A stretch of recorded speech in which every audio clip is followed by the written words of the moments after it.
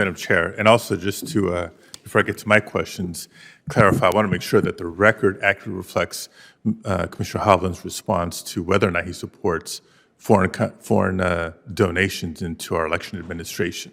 Without me interrupting, can you reiterate your answer for the record, please? I personally do not, though it is not in the purview of the election assistance. Thank you very much. And I just want to say hello again to all of you. Had a chance to not just talk, but visit with at NAS conferences, or even welcome you to California in my prior capacity as California Secretary of State. So a lot of timely issues to discuss. I know Senator Welch already engaged in the threats of election misinformation and disinformation topic. We've referenced poll worker safety. I know the chair has been a leader in that regard, recruitment, retention, and security for volunteer poll workers, election staff at the state and local levels and beyond.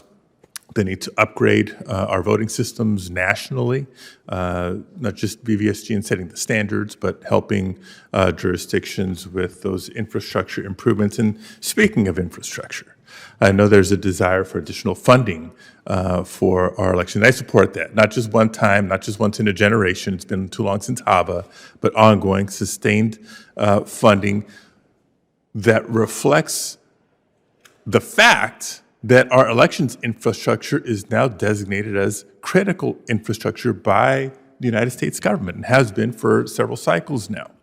But I want to really focus my questions to the chair, Chair McCormick. You've claimed to have personally witnessed voter fraud and seen data supporting the assertion that voting fraud is threatening our elections. What data have you seen? It'd be great for you to share that with this committee. I believe there are several reports out there, Senator. I personally witnessed it while I was observing an election in Mississippi many years ago. That's not to say that fraud is a huge problem.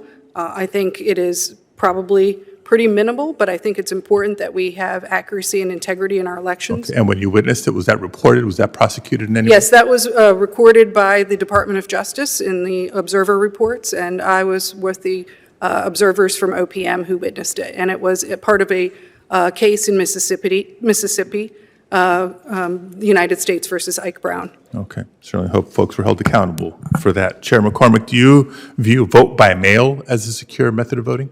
Well, being a new resident of California, yes, sir, I have voted. My last election, I voted by mail for the first time.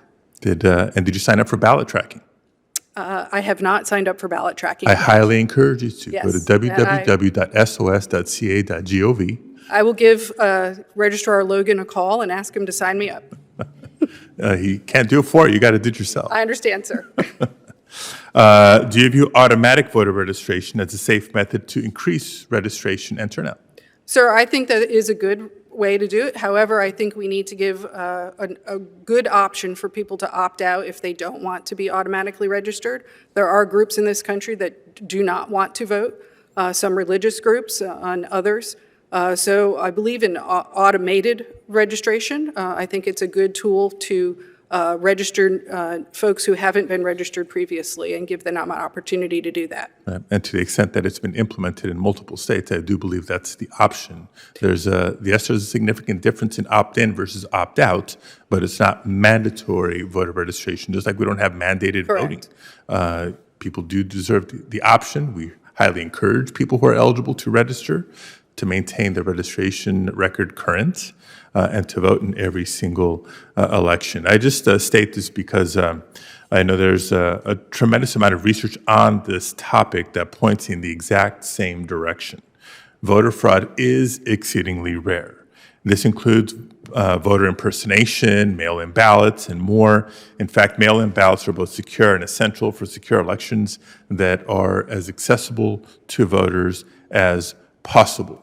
I hate to have to continue to raise this year after year, cycle after cycle, but the misinformation, disinformation about the integrity of elections, the integrity of election administrators, and elections workers continues to be under attack, and we need to take every opportunity we can to set the record straight. Thank you very much. Thank you very, very much, Senator Padilla.